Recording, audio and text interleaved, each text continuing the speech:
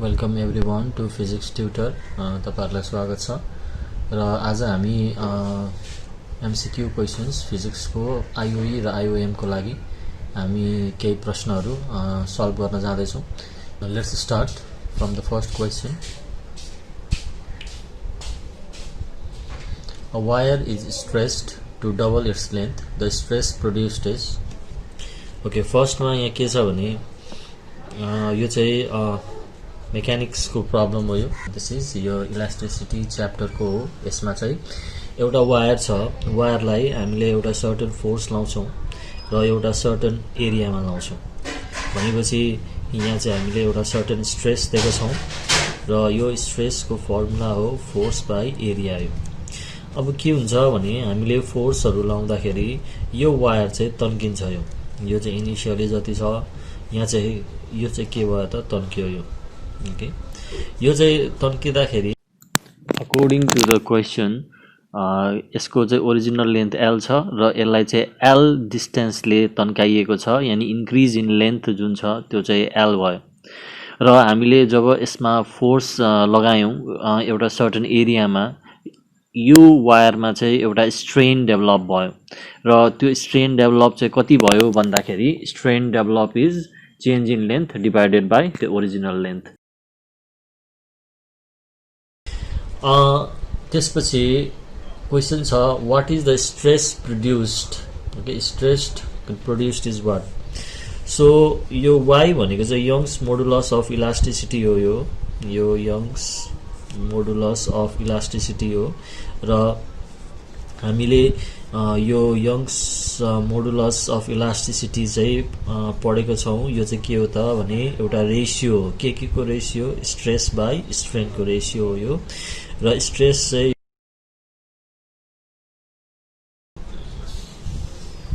Normal stress divided by longitudinal strain हो। यो okay, so stress निकाल्नु छ हामीलाई। स्ट्रेस भनेको के रहेछ त भन्दाखेरि Young's modulus multiply by strain रहेछ। अब यसमा y स्ट्रेन भनेको के हो त भने change in length divided by original length हो। यानी चेन्ज इन लेन्थ कति छ त, कतिले बढ्यो यो लेन्थ भने l ले बढेको छ। l यो र यो क्यान्सल भयो भनेपछि यो स्ट्रेस केसँग बराबर हुन्छ त, यो स्ट्रेस भनेको केसँग बराबर हुन्छ त भने y सँग बराबर भयो। यो हेर्न सक्नुहुन्छ र हाम्रो आन्सर चाहिँ epsilon that is equals to y हो हाम्रो आन्सर, यो पहिलो केस। Now let's move to the next question. Okay, next question मा RMS velocity of gas molecule is directly proportional to A मा छ टेम्परेचर, B मा square root of temperature, C मा प्रेशर र स्क्वायर रुट अफ प्रेशर। यो RMS velocity of the gas molecule भनेको के हो भने एउटा मीन स्क्वायर भेलोसिटी हो जसको चाहिँ स्क्वायर रुट पनि छ र यो चाहिँ एउटा मीन भेलोसिटी भयो र यो चाहिँ एउटा कन्टेनर भित्र ग्यास चाहिँ मुभ हुँदाखेरिको त्यसको चाहिँ भेलोसिटी हो। र यो भेलोसिटी केसँग डिपेन्डेन्ट छ भने अभियसली यो टेम्परेचर सँग डिपेन्डेन्ट हुन्छ। यो हामीले फर्मुलामा पढ्छौं, यो kinetic energy of a single molecule. एउटा मोलिक्युल जुन यो जार भित्र या कन्टेनर भित्र बस्छ त्यसको चाहिँ फर्मुला हुन्छ 1/2 mc स्क्वायर हुन्छ यो र यसको चाहिँ फर्मुला 3/2 kBT पनि हुन्छ। यो अब यो चाहिँ रिलेसनबाट यो kB चाहिँ के हो त, यो बोल्ट्जम्यान कांस्टेन्ट हो। यो बोल्ट्जम्यान कांस्टेन्ट र यो चाहिँ T भनेको चाहिँ के हो त, यो एब्सोल्युट टेम्परेचर भनेपछि हाम्रो काइनेटिक एनर्जी केसँग डिपेन्डेन्ट रहेछ 3/2 kBT। अब यहीबाट म सोलुसनहरु म सल्भ गर्दिन्छु। यो c स्क्वायर, यो 2 र 2 क्यान्सल भयो, यो आयो 3 kBT/m आयो। यसमा हामीले हेर्यौं भने यति टर्म जुन छ यो टर्म चाहिँ के हो त कन्स्ट्यान्ट भ्यालु हो यो कन्स्ट्यान्ट भ्यालु हो सो यो चाहिँ स्क्वायर मिन भेलोसिटी जुन छ स्क्वायर मिन भेलोसिटी चाहिँ यो टेम्परेचर सँग डिपेन्डेन्ट हुने रहेछ ए डिपेन्डेन्ट अपन द टेम्परेचर हामीले यदि दुईटाको स्क्वायर रुट लियौं भने टेकिङ द स्क्वायर रुट हामी के पाउँछौं भन्दाखेरि हामी के पाउँछौं कि यो जुन भ्यालु छ यसको स्क्वायर रुटलाई नै हामी CRMS भन्छौं सो यो CRMS भ्यालु चाहिँ के हुँदो रहेछ अब्सोल्युट टेम्परेचर सँग डिपेन्डेन्ट हुँदो रहेछ यदि हामीले यो टेम्परेचरलाई बढायौं यदि ग्यासलाई बढी हिट दियौं भने ग्यासको भेलोसिटी बढ्छ यो चाहिँ टेम्परेचर सँग ग्यासको भेलोसिटीको रिलेसन भयो र हाम्रो आन्सर यसमा के हुन जान्छ भने b को स्क्वायर रुट अफ टेम्परेचर र यसमा याद गर्ने यो दुईटा रिलेसन चाहिँ डाइरेक्ट याद हुनु पर्यो यो स्क्वायर मिन भेलोसिटी र root mean square velocity square mean velocity चाहिँ टेम्परेचर सँग डाइरेक्ट प्रोपोर्सनल हुन्छ तर यसको स्क्वायर रुट जुन चाहिँ रुट मिन स्क्वायर भेलोसिटी भयो यसको चाहिँ केसँग root square root of the absolute temperature सँग हुन्छ सो यो दुईटा रिलेसन थाहा हुनु पर्यो र यहाँबाट अरु प्रब्लम्सहरु पनि हामी सल्भ गर्न सक्छौं यहाँबाट एउटा जस्तो दुईटा कन्डिसन दियो भने यसको चाहिँ फर्मुला यस्तो पनि हुन्छ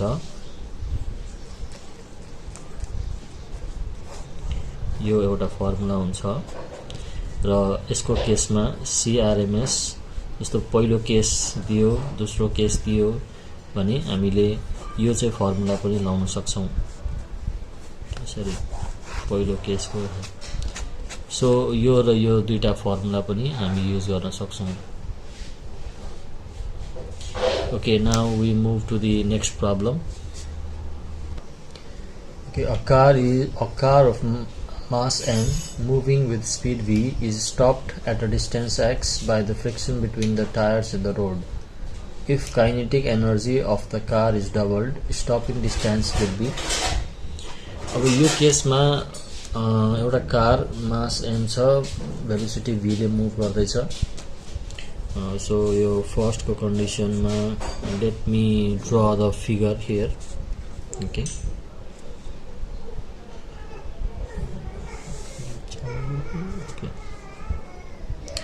so यहाँ चाहिँ एउटा कार छ सपोज यहाँ चाहिँ कार छ कारको भेलोसिटी v छ after some time it is at rest so यहाँ भेलोसिटी v छ यहाँ 0 छ अनि यसले ट्राभल गरेको डिस्टेन्स x छ यो अब यो चाहिँ फर्स्ट केसमा हो यो फर्स्ट केसमा सेकेन्ड केसमा के छ भने सेकेन्ड केसमा यो कारको चाहिँ काइनेटिक एनर्जी सुरुमा काइनेटिक एनर्जी एउटा सर्टेन छ काइनेटिक एनर्जीलाई बढाइदियो भने यो कहाँ गएर रोकिन्छ अरे यदि फोर्स सेम अप्लाइड छ फ्रिक्सनल फोर्स सेम छ भने यो कति डिस्टेन्स मा चाहिँ यो गएर रोकिन्छ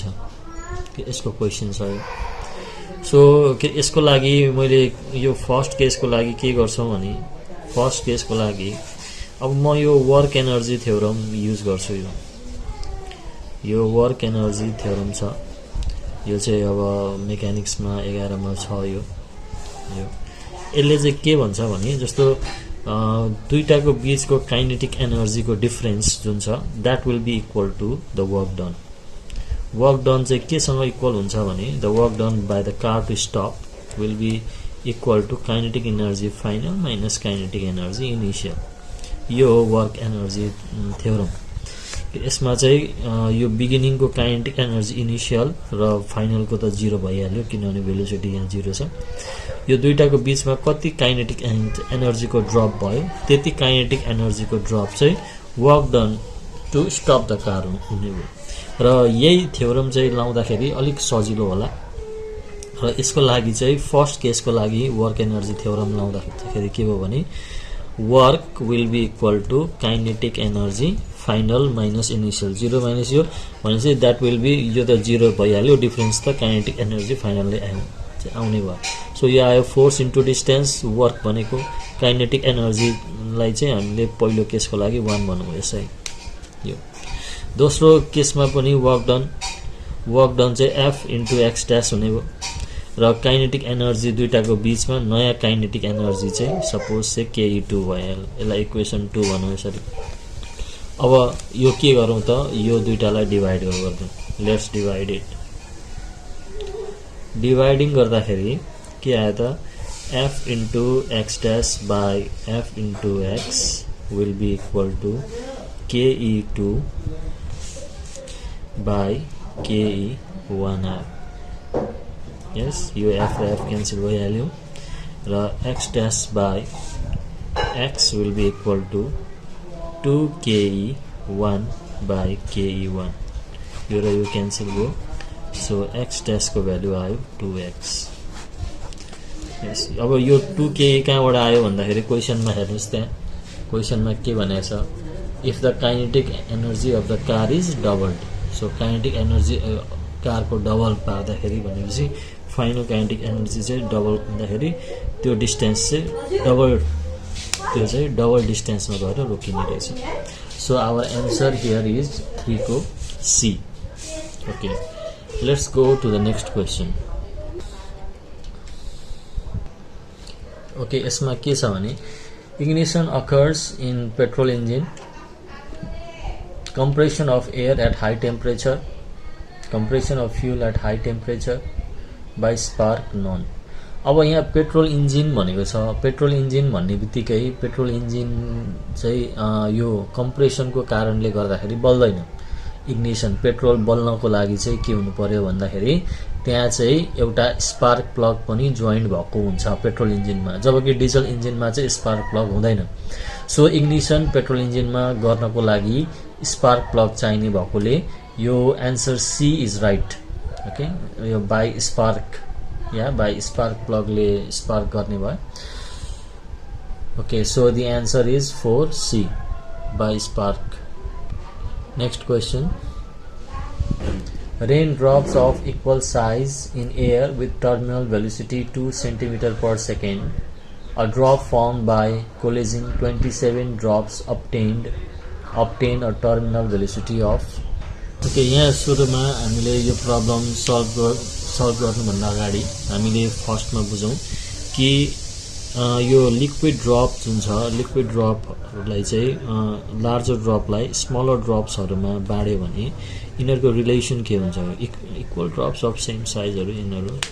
बाँड्यो भने यसको चाहिँ सपोज चाहिँ रेडियस आर छ यो चाहिँ स्मल रेडियस छ आर भने र यसलाई चाहिँ एन टुक्रामा बाँड्यो अरे यो चाहिँ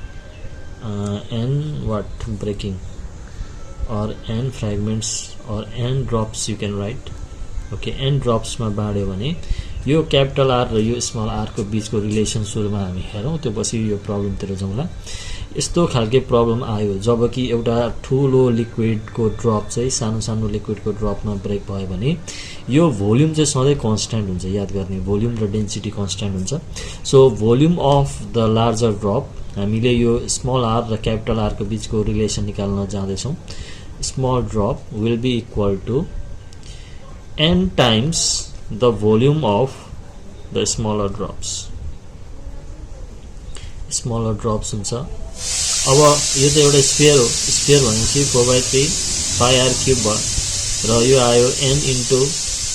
स्मलर ड्रप्सको लागि पनि 4/3 पाई आर क्यूब हुन्छ यो चाहिँ स्मलरको केसमा स्मल आर हुन्छ क्यापिटलको केसमा अब 4/3 क्यान्सल भयो पाई क्यान्सल भयो सो यहाँबाट हामीले यो रिलेसन पायौं ओके यो आर क्यूब को रिलेसन र यसलाई चाहिँ अझै स्पेसिफिक लेख्दाखेरि चाहिँ के हुन्छ n multiply by n 1 to the power 3 multiply by r यो चाहिँ रिलेसन याद गर्ने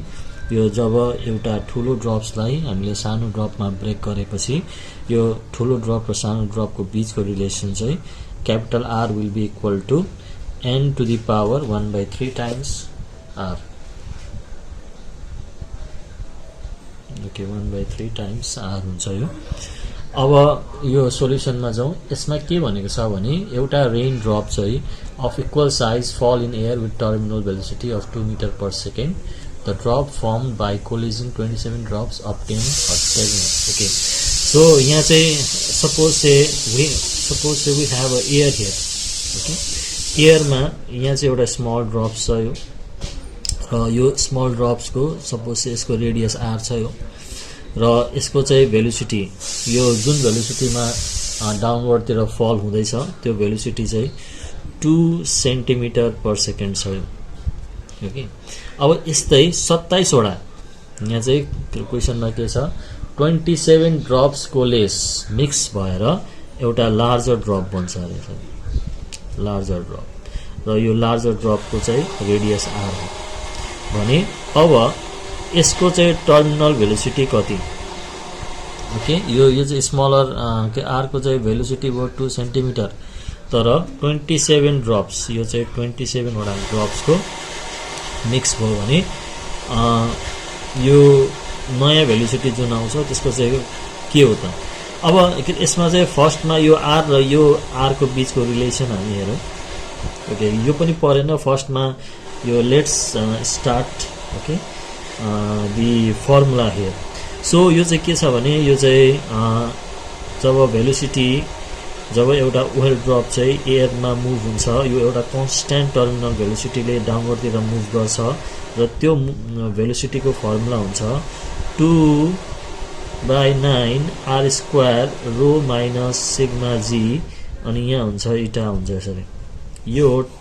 टर्मिनल भेलोसिटी स्टोक्स लमा हामीले पढेको छौँ, एप्लिकेसन अफ स्टोक्स ल। यसमा चाहिँ एप्लिकेसन अफ स्टोक्स ल you can see it in mechanics fluid dynamics. त्यसमा चाहिँ यो टर्मिनल भेलोसिटी हो, यो रेडियस हो यो चाहिँ ड्रपको, अनि यो चाहिँ डेन्सिटी अफ ड्रप हो, यो डेन्सिटी अफ एयर हो, यो जी भनेको एक्सेलरेसन ड्यू टु ग्राभिटी, र यो इटा भनेको विस्कोसिटी हो। सो यसमा डिपेन्डेन्ट छ। अब यहाँ चाहिँ हामीले हेर्दाखेरि एज द साइज विल भ्यारी, यो स्मल ड्रप यो लार्ज ड्रप, यसमा चाहिँ के हुन्छ भने कुन कुन कुरा चाहिँ कन्स्ट्यान्ट हुन्छ त भन्दाखेरि 2/9 त कन्स्ट्यान्ट भइहाल्यो, यो लिक्विडको विस्कोसिटी पनि कन्स्ट्यान्ट छ, यो डेन्सिटीहरू यिनीहरू जी सबै कन्स्ट्यान्ट छ। खालि यहाँ चाहिँ के रहेछ भन्दाखेरि यो भेलोसिटी जुन यो ड्रप फल हुन्छ यो चाहिँ रेडियससँग डिपेन्डेन्ट रहेछ। यहाँबाट हामीले हेर्छौँ भेलोसिटी चाहिँ only it depends upon the radius ठुलो सानो भएको केसमा यो टर्मिनल भेलोसिटी पनि चेन्ज हुने रहेछ। अब फर्स्ट केसको लागि हाम्रो टर्मिनल भेलोसिटी भनेको आर स्क्वायर हो, सेकेन्ड केसको लागि हाम्रो टर्मिनल भेलोसिटी भनेको आर स्क्वायर हो। यो फर्स्ट केसको लागि यो सेकेन्ड केसको लागि दुईटालाई के गरिदिने divide. So let's divide. So dividing 2/1 v dash by v is equal to r square by r square। अब यहाँबाट हामी हेरौँ v dash, यो v को भ्यालु दिएको छ 2 सेन्टिमिटर पर सेकेन्ड, र यो r र यो r को रिलेसन यदि हामीले थाहा पायौँ भने त r क्यान्सल हुन्छ, हाम्रो नेसेसरी रिजल्ट आउँछ। सो यो r भनेको के हो त n1/3 मल्टिप्लाई बाई r को स्क्वायर हो, यो 2 भइहाल्यो। So v dash by 2 okay 2 भयो, सरी नट 2 स्क्वायर हो, यो r स्क्वायर चाहिँ के हो त यो r स्क्वायर भयो हो। अब सो हामी हेर्न सक्छौँ कि अब n को भ्यालु हामीले 27 राख्यौँ र r स्क्वायर क्यान्सल भयो, 27 2 to the power 3 9 हुन्छ, र v dash को भ्यालु यानि नयाँ टर्मिनल भेलोसिटी चाहिँ 18 मिटर पर सेकेन्ड हो। सो यो 18 मिटर पर सेकेन्ड अप्सन भएको राइट छ।